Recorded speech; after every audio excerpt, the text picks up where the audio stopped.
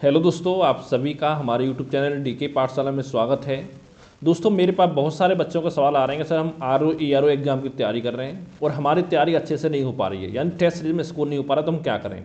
जैसे दोस्तों मैं आपको पहले ही बता चुका हूँ कि अगर देखिए आप यूआर या ओबीसी कैटेगरी से अगर आप बिलोंग करते हो और आप आर ओ प्री एग्जाम की बात करें अगर आर ओ कट ऑफ के बारे में, तो दोस्तों आपको 130 मार्क्स का जो टारगेट है वो अपना लेके चलना पड़ेगा अगर आपको प्री कट ऑफ क्लियर करनी है। तो दोस्तों हो सकता है इससे एक दो नंबर कम कट ऑफ चले जाए, लेकिन उसमें दोस्तों क्या डाउट होता रहता है आपके मन में कि आपके मन में डाउट होगा कि हमारे प्री निकलेगा या नहीं निकलेगा। लेकिन दोस्तों 130 पे आप 100% श्योर होगा कि हाँ आपका प्री एग्जाम निकल जाएगा सॉरी निकल जाएगा, ठीक है। उसका दोस्तों ये हो सकता है कि आपको 2-4 दिन आप रेस्ट करने के बाद अपने मेंस एग्जाम की तैयारी कर सकते हो, जो कि 5.5 महीने बाद आपका मेंस का एग्जाम इसका आयोजित कराया जाएगा, ठीक है। यानी आपके मन में कोई डाउट नहीं रहेगा। तो दोस्तों उसके लिए क्या करना है वो मैं आपको बताने वाला हूँ बचे हुए 18-19 दिनों में। तो ज़्यादा नहीं दोस्तों, 18-19 दिन का समय बचा हुआ आपके पास। क्या करना चाहिए, सबसे पहला दोस्तों जो काम आपको करना है, मैं पहले ही आपको बार बार कहता आया हूँ कि आपको कोशिश करनी है कि कम से कम एक डेली आपको टेस्ट सीरीज सॉल्व करनी है, एक जीएस की और एक आपका हिंदी की, यानी कि 140 क्वेश्चन की आपको एक डेली टेस्ट सीरीज सॉल्व करनी है, ठीक है, जीएस की। और साथ में 60 क्वेश्चन करनी है आपको हिंदी की। और दोस्तों साथ में देखिए, जैसे जो क्वेश्चन आप सॉल्व करो उनके व्याख्या सहित आपको सॉल्व करना है, चाहे हिंदी का हो चाहे आपका जीएस का हो। जैसे हिंदी में अगर मान लो आप सॉल्व कर रहे हो, कोई परिभाषा आपसे पूछा गया है, ठीक है, जैसे कि आपका चंद्रमा का परिभाषा इनमें से कौन सा है, तो उसमें एक ऑप्शन उसका आंसर होगा। लेकिन साथ में जो बाकी 3 ऑप्शन बचे हैं वो पता होना चाहिए आपको कि ये 3 जो ऑप्शन बचे हुए हैं ये किस किस के पर्यायवाची हैं, ठीक है। इस तरह से आपको पढ़ना है। तो पहला काम दोस्तों आपको ये हो गया कि आपको कम से कम एक टेस्ट डेली आपको सॉल्व करनी है। और दोस्तों कम से कम आपको कोशिश करनी डेली 10 घंटे कम से कम आपको पढ़ाई करनी है। अगर ज़्यादा पढ़ाई आप नहीं कर सकते हो तो, ठीक है, यानी 10 घंटे आपको पढ़ाई कम से कम करनी पड़ेगी। और दोस्तों दूसरा जो देखिए दोस्तों मेन सब्जेक्ट आपका आता है वो दोस्तों आपका आता है सामान्य हिंदी का। यहाँ पर देखिए दोस्तों सामान्य हिंदी में अगर आप ज़्यादा नंबर लेकर नहीं आ सकते, लेकिन दोस्तों आपको एक कोशिश करनी है कि मिनिमम 50 जो नंबर हैं वो तो आपके आने चाहिए किसी भी कीमत पर। यानी 50 से कम नंबर आपके नहीं रहने चाहिए, चाहे ज़्यादा आए ना आए वो अलग बात है, लेकिन 50 से कम मार्क्स आपके नहीं आने चाहिए किसी भी कीमत पर सामान्य हिंदी में। अब दोस्तों 50 नंबर कहाँ से आएंगे, तो दोस्तों मैं पहले ही आपको बता चुका हूँ। देखिए डी कोड एग्जाम की बुक आपकी आती है हिंदी की, जो कि लगभग आपका 150 पेज के आसपास की है। आपको कोशिश करनी है उस बुक को कम से कम आपको एग्जाम से पहले 2 से 3 बार अच्छे से पढ़ लें। अगर आपने 2 से 3 बार इसको अच्छे से पढ़ लिया तो यकीन मानो 50 नंबर तो कम से कम आपके एग्जाम में आपको देखने को मिल जाएंगे उसमें से, ठीक है, 50 क्वेश्चन 60 में से। ये बात दोस्तों आपकी हिंदी की हो गई। अब दोस्तों हम आते हैं हिंदी के बाद आपका आते हैं जीएस पर, ठीक है। जीएस में क्या करना है आपको, सबसे पहले देखिए दोस्तों जीएस में सबसे ज़्यादा क्वेश्चन आपके पूछे जाते हैं वो दोस्तों आपके आते हैं करंट अफेयर से।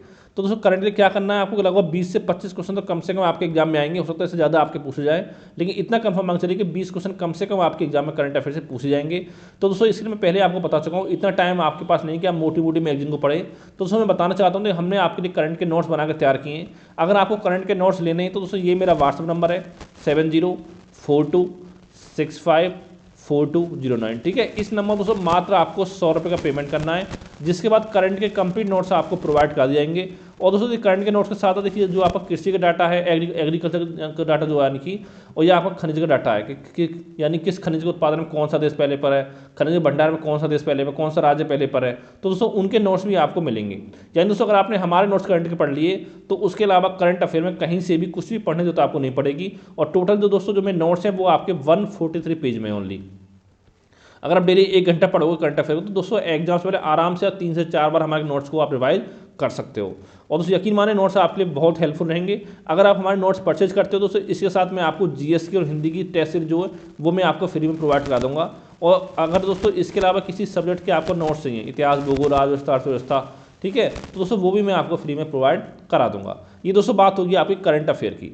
अब दोस्तों इसके बाद आपका आता है, देखिए एक आपका आता है यूपी जीके।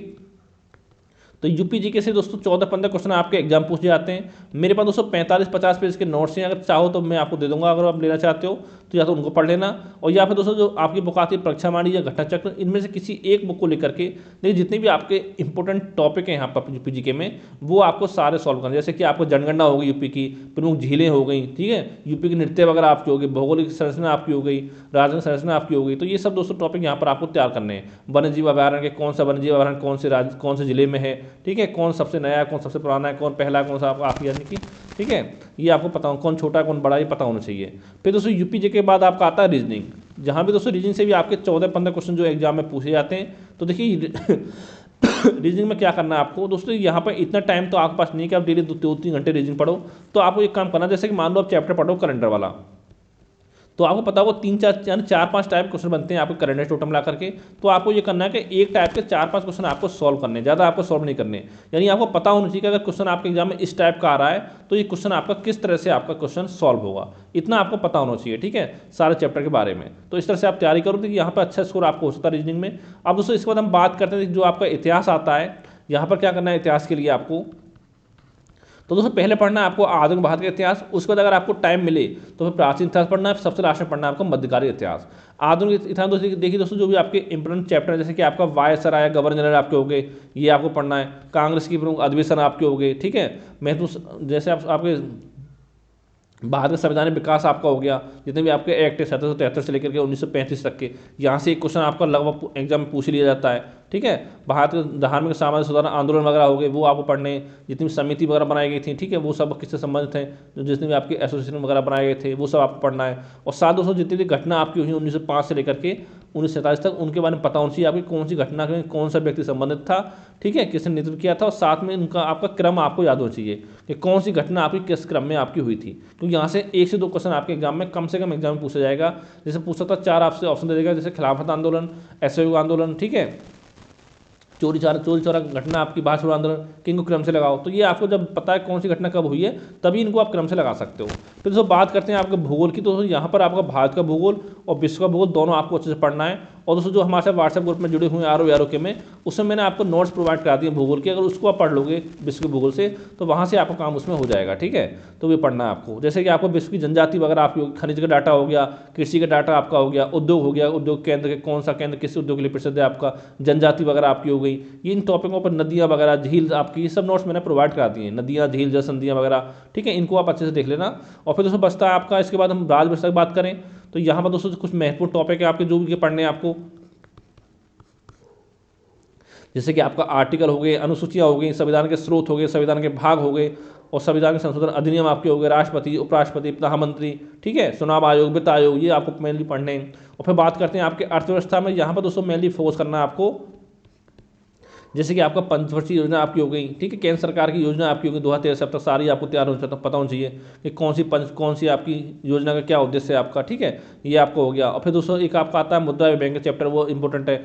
गरीबी का चैप्टर आपका इंपॉर्टेंट है, ठीक है। राष्ट्रीय आय का चैप्टर जो आपका इंपॉर्टेंट है, राष्ट्रीय आय आपकी हो गई।